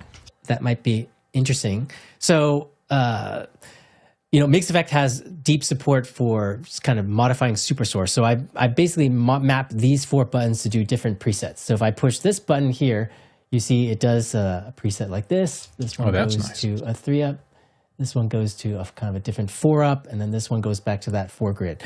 So I can definitely see myself using these to, to modify kind of SuperSource stuff. So, and examples that we showed today is, changing the pip buttons to make them bigger, selecting next and previous stills, turning on the downstream keyer, or kind of making SuperSource preset transitions. We now need a chemical to take off the image that's already there, so that when the light turns on that, then we see what we wanted to see, and then we need little.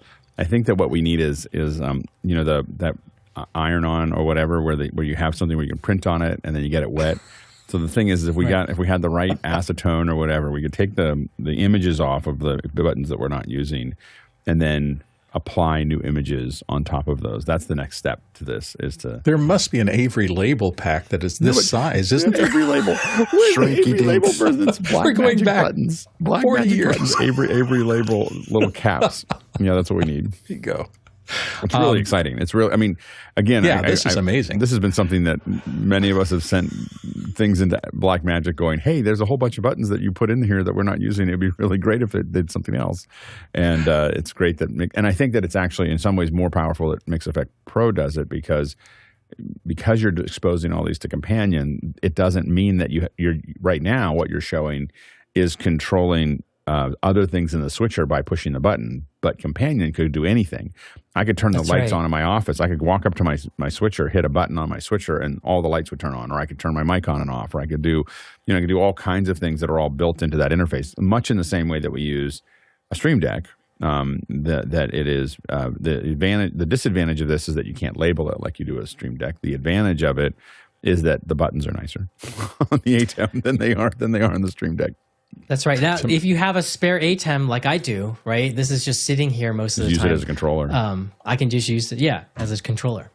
And people have done that. They've asked, can I control my Constellation from an ATEM Mini Pro? And people have used this kind of same technique. Yeah. They just detect when you push the button on here, set to camera input 1 on the Constellation.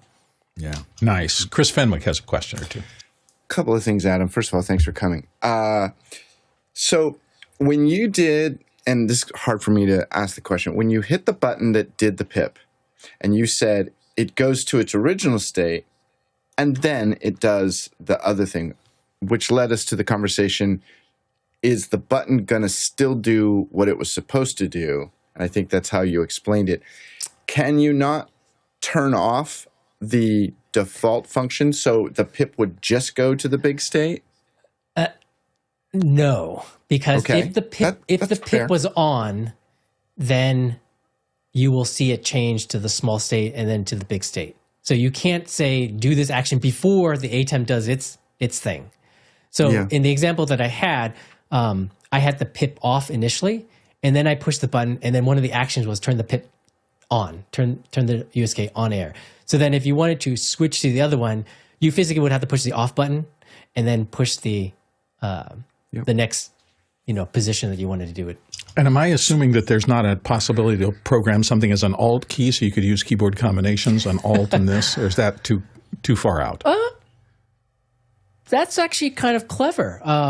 So rabbit hole engaged. Yeah, I mean, I think in terms of actions, you could create you can set a variable in companion. So if I push a button, it would set a variable, and one of the events I could say on condition true is this variable is on, And if this variable is on, then do everything. So you could actually have a mode like probably the best one to use is one of those mic buttons because they turn on red. You turn one on red that you never use, and then that activates, button mode. And then you can push all these buttons, and then it does it. Now, again, you still have to keep in mind that you don't want to push a button that actually does something that's maybe on air. Critical to your work, yeah. So that's an excellent idea. Follow up on it does the same thing plus the new thing.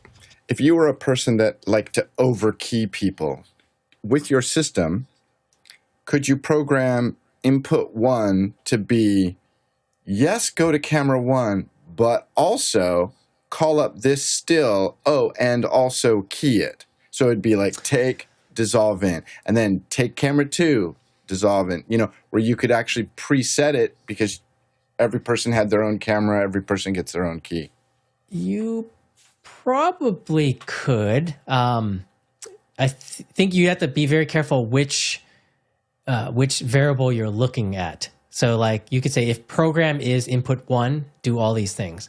But if input 1 was in a SuperSource, then it would be technically like on air, the tally. So you have to figure out like which one you actually want to do. But that's certainly a possibility. So. And then I know that before we started this discussion, I know that Alex was very excited about using the select bus. Do you have access to all the buttons or just many of the buttons? I don't know if I can access that sting button on the ATEM Mini Extreme, but you have access to most of the buttons. Well, if you can get the state of the button, if you can get the state of the button and the state of the ATEM, you should be able to do it. Again, there's those certain buttons like the gain and focus, which are these momentary switches, which you don't really have, I don't think, access to. But it really is, it's not so much the button push, it's what the button does. And if you can detect that, then you can make, a trigger happen. Now, it's important to note that if you create a trigger that's like, okay, when the transition DV style goes to push right, and you actually do it in ATEM software control, you actually go to the DV transition, click that one, it will actually trigger it. Because again, Companion doesn't know whether you're pushing the button. It just looks at the state. So you just have to be careful. Whatever button you override, don't actually set that setting that the button does. Otherwise, might lead to unintended consequences. Well, it's go ahead, super clever, and I'm glad that people with brains like yours are in this world that we all live in. Thank you. Absolutely. This is going to extend possibilities. Courtney, you had a question. Since I haven't used Companion or MixEffect, I've theorized on how they work. I assume they're monitoring the Ethernet connection to the Mini and looking for the control signals that it normally uses to talk to its software, and intercepting those controls to look for the various triggers and to affect and to control going back to speak to the ATEM over the Ethernet connection. What happens if you set up Companion to do these new triggers and you use the software to trigger that button instead of the hardware button on the device itself? The same thing would happen because, again, the Companion is just looking for the state, and if the state equals the conditions that you set in the triggers, it will run. Alex, you wanted to get back? Yeah, and to go back into it, so can it see, do you have a limited list of the buttons that it'll see, or do you hit the button and have it see it? You hit the button and then you look at what the ATEM does, and then right. And where does that show? Trigger. Can you? I might have missed that when you showed it. How do I see what the ATEM does in Companion? In Companion, so let me or wherever you're looking at it. So how do you define that? So how do I say? Yeah, I want to try the button above the whatever. Let's look at this one. Dip rate equals auto. So when this condition becomes true, and then we can create different conditions. So let's create a brand new trigger here. So we're going to click on Add Trigger, and we're going to say Event. So these are the types of events you have, like on button press, any button press, when your computer becomes locked, unlocked, condition becomes false, condition becomes true, and then like sunrise, sunset, and then on a variable change. So we're going to say condition is true, and here are all the conditions. So you can see these are like from the MixEffect module, but I also have modules like the HyperDeck module. Okay, so you can just type in what you're looking for, and in this case, I'm going to do like rate, and we can see like DSK rate, transition mix rate, dip rate. So if I change like the wipe rate to like something different, then I can match on that. And again, these conditions appear based on what modules you have enabled. So if I turned on this ATEM Mini module, which is the Blackmagic, kind of the built-in module that controls Blackmagic devices, not the MixEffect module. You can see now if I add a condition here, I can type in ATEM Mini, and you can see all the ones that companion module exposes.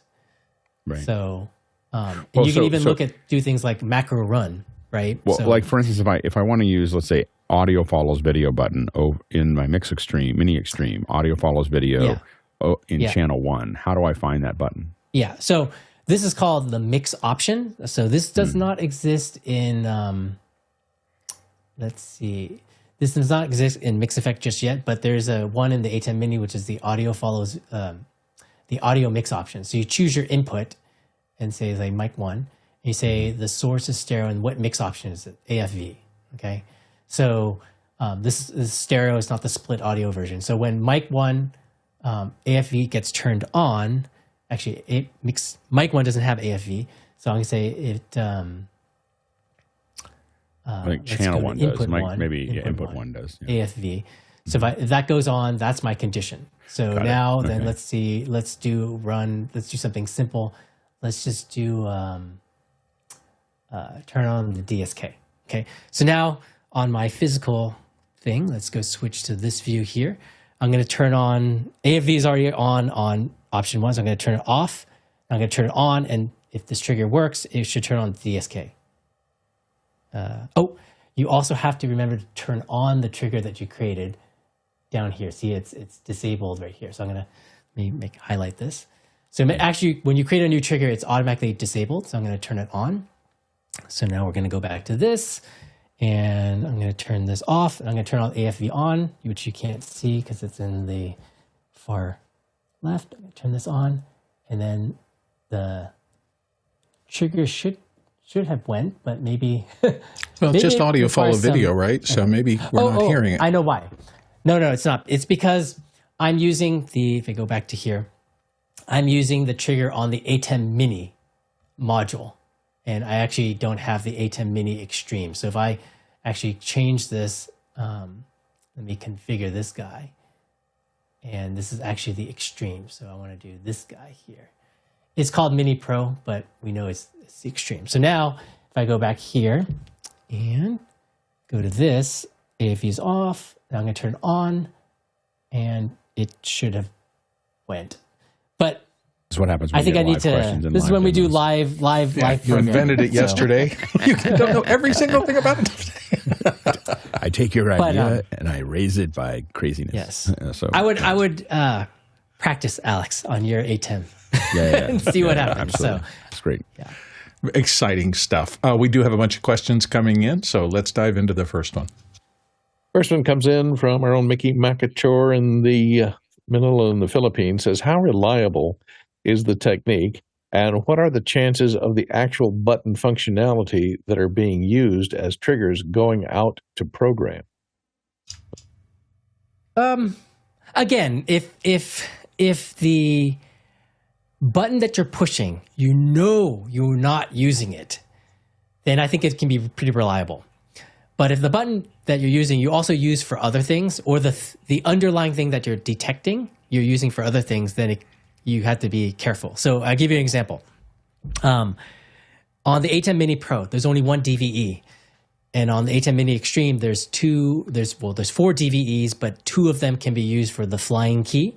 So on the ATEM Mini Pro, if you have the PIP turned on, and then you push the button to change the transition DVE style from like push right or push from the top, it won't work because the DVE is already in use, and you pushing the button will try to set a DVE that's already in use for the transition. It says, I can't do it. So you see the red flashing button, and it won't work.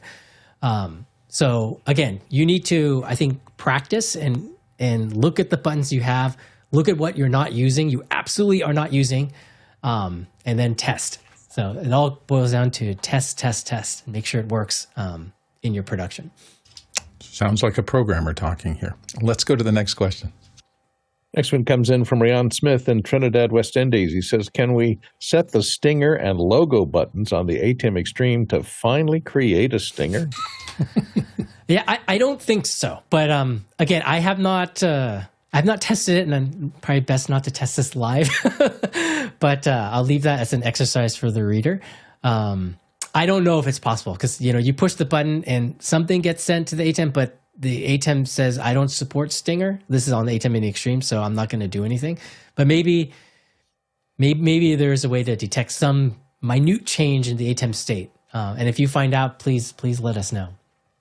Courtney has a thought here. Courtney? Yeah, does it even send the command since it hasn't been implemented in the firmware of the device yet?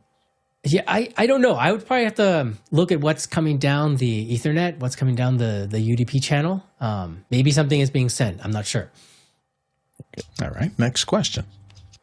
From Jeremy Horn, in Fairfield, California. Are you able to switch to an input and have that switch condition change trigger and automation in Qlab? Have you tried this with Qlab yet? I have not, but I'm sure work. it's possible. If Qlab, anything that Companion can see, right? It's you're feeding things back into the switcher, but it's anything that Companion can see. That's right. And Companion can do all sorts of actions. If Qlab has a module, or even if it just runs like a shell script or something like that, it can do that. Next question. From Ken Jordan in Surrey, Great Britain. He says, is it possible to change the color of the built-in LED light of the buttons on an ATEM Mini Extreme? Yeah, I wondered about that as you were describing it too. Is there any access? You can change the brightness, but you can't change the color. Yeah, so it's just a white LED, and you can alter the voltage going to it, but not the actual color. Yeah, and changing the brightness is changing the brightness across the entire device, not. So it's not individual addressable per key. So you couldn't set up a row of dims and a row of brights. No. Okay. No. Next question. Oh, wait. Courtney has ones on that. Courtney, I was just going to ask. Well, some of the buttons do have multicolor LEDs, like the camera selection button or the input selection buttons. But can you control the colors on those to indicate that something's selected for switch, or preview or program? I don't think so. No. Yeah, probably the same thing. Just a red LED instead of a white one for that button. Let's go to the next question. Okay, from Mickey Macature in Manila in the Philippines. What is the lowest delay we can set and expect before the actions are executed? Yeah, that's a very good question. You can set delays, but you can't speed up how quickly it's going to work. So it boils down to like how quickly can Companion detect all the changes. Now, MixEffect, the feedback module, which is what Companion is listening to, you can configure that delay. I think it's at the minimum is 500 milliseconds. The built-in Companion module might be faster. Maybe a future version of MixEffect will make things quicker, but right now it's 500 milliseconds. So not immediate. And one thing also to keep in mind is that you can't, in the current implementation, you can't push the button too quickly because it might set the setting back to the original setting and not kind of reset itself, which is what the trigger actions do. So, for instance, if you bound a couple buttons to like the previous and next still, and you push it really quickly because you want to get from still 5 to still 1, that might kind of get the button stuck in the I am on the whatever pattern button that you selected. So then there's kind of a preferred tempo to using the device. Don't get too ahead of yourself. Don't get too fast because you'll get it confused and it'll lose track. Exactly. Yeah. Yeah. But again, if you use the built-in ATEM module, it might be able to detect those changes faster. So I would explore. Alex? Yeah. What is are you able to have a button that will take a still from well number 13 and put it into the, you could move a still into the media pool? Certainly. into the media player. Yeah, you can definitely do that. So say grab well 3 and put it into the media pool and hit another button, grab well 4. So, and the reason for that would be like, I've got 5 different lower thirds or something like that. And I just want to hit them, and it'll automatically do them, and then even have an action that, turns on the downstream key. Yep. Definitely You'd have to go back into Companion and change those targets, right? Change the still targets there as opposed to having something on the keyboard that you could do. Yeah, that makes sense. Let's go to the next question. Next one comes in from Rayon Smith in Trinidad, West Indies. He says, a wiki with a spreadsheet of all the possible triggers would be super. It's a suggestion for you. Yeah, You want to go through and there's a try lot to of figure different it all out? There's a lot of different ATEM modules, or ATEM switchers. So this technique would work also on those big, like the Television Studio Pro, would have definitely even more buttons. So I would actually look at the Blackmagic website and take a look at those screenshots, and then see which buttons there are, and maybe post those to the community. So again, There you go. different people use different buttons. So some people might use the pattern buttons. So those would be off limits for them, but some people might not. So it really depends on how you use your ATEM switcher and determine which buttons you can use. Adam, is there community about the ATEMs or around the ATEMs that you tend to hang out in a lot? Be a good place to talk about these kind of things? Office hours is great. John Barker's here to record. Discord is great. There's actually quite a number of Facebook communities that talk about Blackmagic stuff. Those are pretty popular. Is there a Reddit GitHub has a repository or something? Oh, There's no, not that I know of, but there's also like the Reddit Blackmagic design. A lot of people talk there. And the Okay, Blackmagic good. forums themselves as well. because you've really extended the capabilities of these devices. I know a lot of people are going to want to explore it. This is something new that they've never had before, and now they have it, so they're going to want to play with it, I'm sure. Yeah. So let's go on to the next question. Next question comes in from Jeremy Horn in Fairfield, California. Can you create a trigger that uses an audio threshold to make video follow audio? Probably. Not through the MixEffect module, but maybe through the ATEM module and companion. You can check for a variable as one of the events. And then one of the things, like if the variable is, I think it can do greater than or less than. Let's actually take a quick look here. I'm going to create a new trigger. I'm going to say for the event, it will be on variable change. And then the condition will be, let's type in the word variable check value. So, and then the operation is greater than or equal to. So like if the variable is, let's type in ATEM audio, let's say gain. So you can see like fader gain, but that's the gain. Let me see levels. It's really levels. No levels, although it might exist. I'm not sure. We'd have to take a look. One of the things though with the ATEM, when you turn on like audio monitoring, it starts sending audio levels for all the inputs at 10 hertz, so 10 times a second. And that's a lot of data that gets sent to the controller software, whether it's MixEffect or Companion.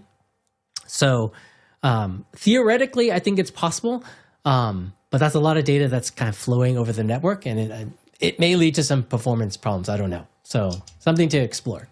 Courtney? Yeah, you just said what I was going to say. Yeah, it's sending the information for the software to set the level meters for each input.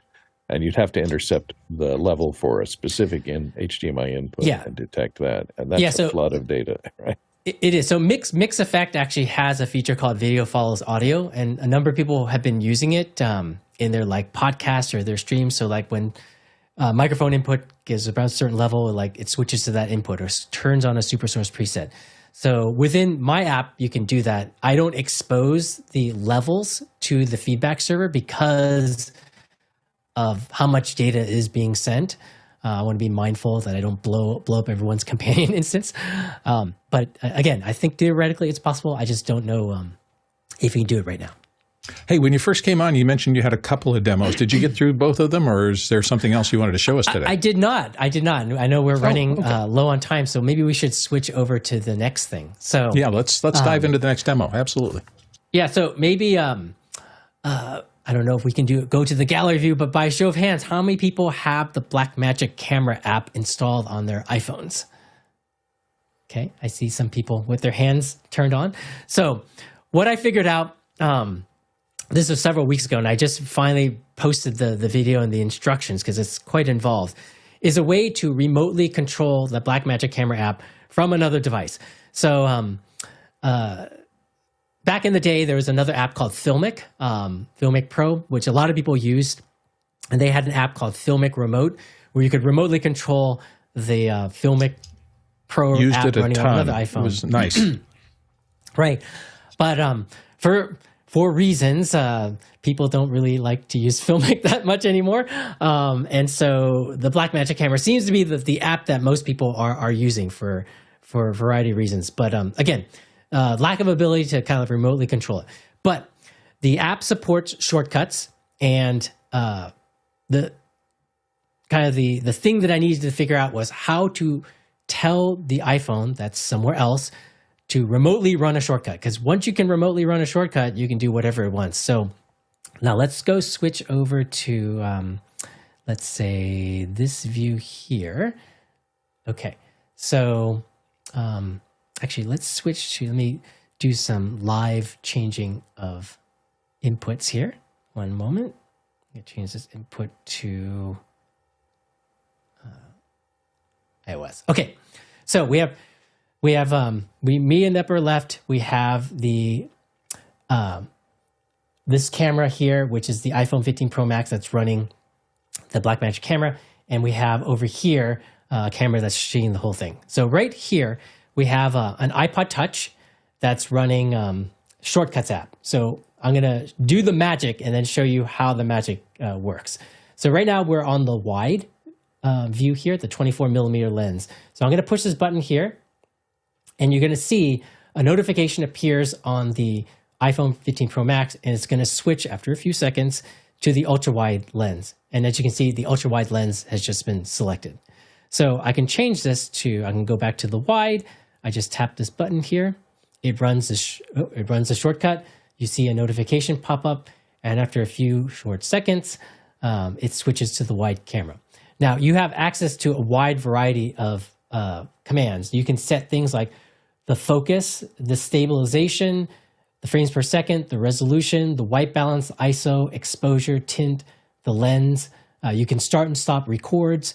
There's a lot of commands that you can send to the Blackmagic Camera.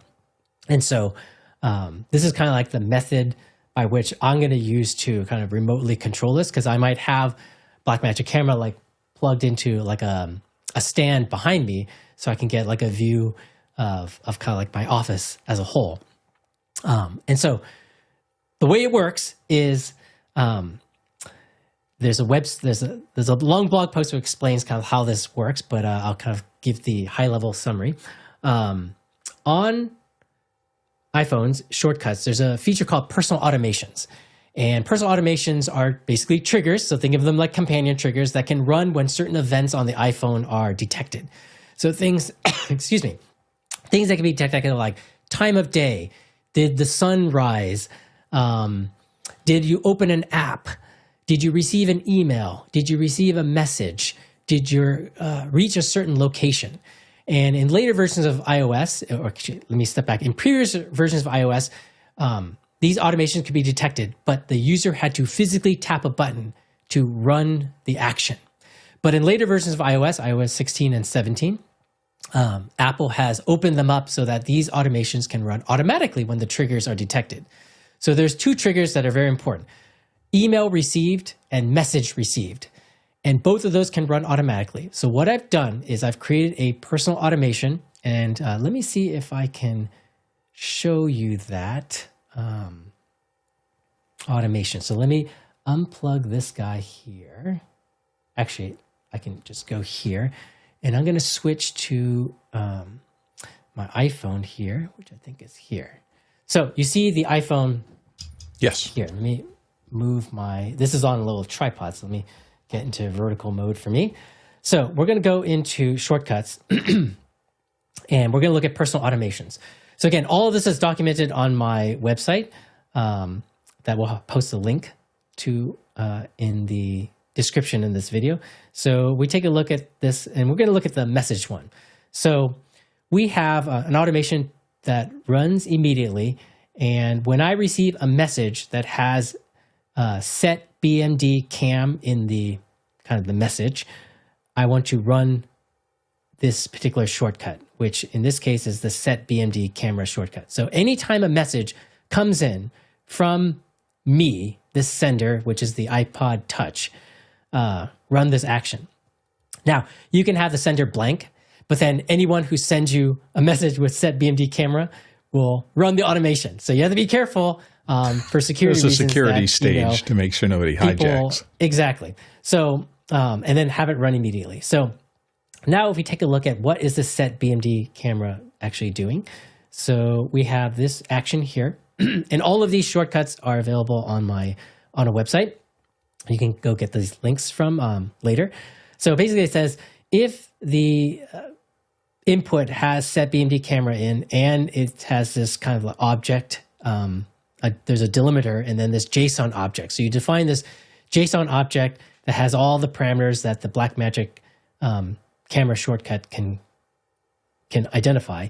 It runs this shortcut called control Blackmagic camera. And it goes through all the different values. So you can see if there's a value of lens in this info JSON dictionary, run this command to set the lens. If there's a focus command, do the focus command. Frames per second, ISO, shutter speed, white balance, tint, exposure, zoom, stabilization, resolution. You can change the codec. You can start a record or you can stop a record. You can even change the view in the Blackmagic camera app. Run all those shortcuts. And then all of these shortcuts do the parsing of the data and execute the command. So unfortunately, let me just go through. Normally in a shortcut, you can pass in like a parameter to the action. So if it's set the ISO, you can say set ISO to, and then a variable. But unfortunately in the Blackmagic camera, you can't do that. You have to actually physically choose one of these values. You can't just say pass in any X value and X equals 40 and it will do 40. You actually have to say if the value is 20, then set the command to 20. So unfortunately, that's why these shortcuts are quite long because a lot of the commands have hundreds of possible parameters. But in a pinch, that's kind of like how it works. So if we take a look at my messages real quick, you'll see I had a bunch of messages from the shortcuts user that's like setting all these commands. So you see the JSON that's being sent, set BMD cam, and then you have a delimiter, and we have all these parameters on this one here. And then the simple ones is like just set the lens, right, to 13 millimeters. So anytime a message comes in or an email comes in with these parameters, it does its stuff. So we take a look. I'm going to go back to here. Switch back to, let's say, this camera here. We can see I'm going to run this shortcut again. And the app doesn't even need to be running. So I can say, go to the ultra wide. You'll see a notification will pop up and it will actually turn on the camera app and set the parameters that you set. So in this case, it was setting it to the ultra wide lens. This looks hugely powerful and hugely useful. And it also means that I'm probably never going to get rid of my old phones anymore. Is that the unintended consequence here? Well, the Blackmagic camera app only works on, I think, iOS, a certain set of cameras. So if you have like old iPhones, then it might not even work on those. But if you have so you can only go so far back in your historical collection of iPhones, and it still runs. This iPhone here is an iPhone 10, and unfortunately, it doesn't support the Blackmagic camera app. So this app is actually using Filmic Pro. To do the clean HDMI out. So is that kind of where you would set as a user anything before the iPhone, anything after the iPhone 10 or 11, 12, those probably are okay? The Blackmagic camera app website explains or lists out which models are supported. And what's the cap on the iPod Touches you're using? Because I have a few of them myself. I don't think it's going to work for that one. Yeah, No. For the shortcuts. For the shortcuts, you said you were running that. If that's an iPod Touch 6th generation, which it looks like it is, then it should work just fine. Okay. Nice. We have a couple more questions to get through here. So next one. From Robert Linkram in Belmont Shores, California, says, on the ATEM Mini Extreme ISO, will it ever be possible to have more than 4 SuperSources? I have the paid version of MixEffect Pro. The only way on the ATEM Mini Extreme ISO is to use the 2 DVEs. And using the 2 DVEs, you can actually have 6 boxes. So you'd have to either use Companion, or there's a macro that you can create that does a SuperSource with 4 boxes and then turns on the DVEs. And so you can actually get 6. Next question. Josh Kaufman from Pittsburgh, Pennsylvania says, how might future additions to MixEffect Pro better accommodate this ATEM remapping workaround? Obviously, adding more feedback. So there's more variables that you can check. That's like the first easy thing that I'm going to do. I don't know if I'm going to add like trigger support, because I think Companion does a really good job of that, and it would complicate MixEffect too much to add this kind of like trigger interface. And one more. From Tony Mobley in Noonan, Georgia. Will Blackmagic camera app work if the iPhone is in airplane mode? Good question. So in airplane mode, I mean, if you have Wi-Fi turned on, you could still receive messages. But if like all your radios are off, then there's no way really to talk to the iPhone and to get that message. So yeah, it still has to have some type of connection to receive that message or the email. So you can't use an old iPhone without any kind of service. You have to have either Wi-Fi or cellular or something connecting it into the cloud. Yeah, because so messages get pushed to the device as well as emails. The email approach, you need to have an iCloud email that you send to, because those get pushed to the device. Those aren't getting pulled when you open up the mail app. So it still needs some type of connection to there. It's not using Makes perfect sense. Bluetooth. Okay. Courtney, you had a question? Yeah, so if you had a Lightning to Ethernet adapter that worked with your iPhone, is there such a thing, a dongle that you could then plug a wire into it if the radios are turned off? Yeah, you can certainly do that. So the iPhone 15 Pro Max has a USB port, so you can actually plug in like a hub, so you can get HDMI, clean HDMI out, and Ethernet as well. So yeah, that's definitely a possibility too. I mean, obviously the Ethernet has to be connected to the internet as well. Adam, it is always such a pleasure to have you on the show. You've kind of blown my mind again. What do you answer this as much as you'd like to? Where's your brain going next? What are you thinking about? Is this the current thing, or is there something on the horizon that you're thinking about that we could get excited about? These were just things for the community that I wanted to, I figured out. I just want to kind of share with the community. Now that I'm kind of independent again, there's certainly a lot of ideas that I have floating around my mind. At the beginning of the year, I also kind of upgraded my home studio. So I'm using an Ultimat to provide kind of a green screen virtual sets behind me. I have an ATEM Constellation. I got these hyperdecks and the web presenters. So I'm very interested in looking at kind of what type of control software that I might be able to create for those products. There's also ideas for MixEffect as well. So in iPadOS 17, they added the ability for you to plug in like a USB webcam and then get that picture. So haven't written anything yet, but one idea is to get the multi-view from the ATEM and then tie that in with my multi-view switcher feature in MixEffect, so you can actually tap on the things and do live switching with the multi-view on your iPad. You can do that right now. It has to go through like Video Ninja. It's a little bit more involved, but if you can do it directly, I think that would be pretty cool. Very cool. You mentioned somewhere that people to get in touch with you if they're interested in reaching out. Where would you suggest they go first? Oh, that's a good question. So there's a feedback link in the MixEffect app. There's also places on Facebook that I appear. We have a MixEffect group there. tau.com, my website. That's my personal website. Labs.mixeffect.app. That's where I've been posting instructions on how to do the button reprogramming and then the Blackmagic camera app. So over there. So there's lots of places to find me. And on Twitter as well. I don't post too much there. On X and Mastodon. So I'm everywhere. You're everywhere. Excellent. Well, it's always such a joy to see you. Thank you for coming in and adding another exciting boost of energy to the show. And, we're really appreciative. This is so new that to be able to come on and talk to us about something that literally just got born a day ago and get everybody excited about it is just a privilege. So thank you for showing up. You bet. Well, we hope you won't be a stranger around here whenever it's appropriate. We'd love to get you back in to talk about other things that's coming up. Remember, tomorrow for the regular audience, VLANs. We're talking VLANs all day tomorrow. Our thanks, as always, to all of our producers, everybody who has added something to the show, people who put questions into the system, whether you're coming in through the Mukana system or you're coming in through the QR codes you see pop up during the show. Without everyone contributing, this is not a show. So thank you for that.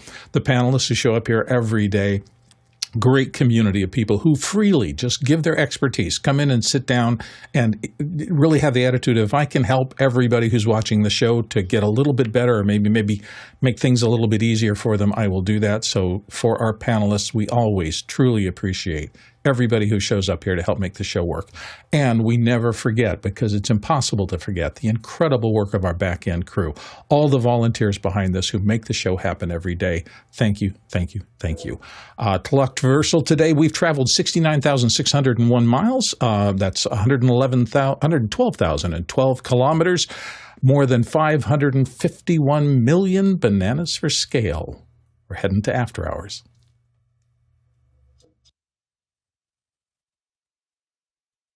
That was great. Finally. Thanks, Adam. Yeah, finally. Adam, thanks so much for being here.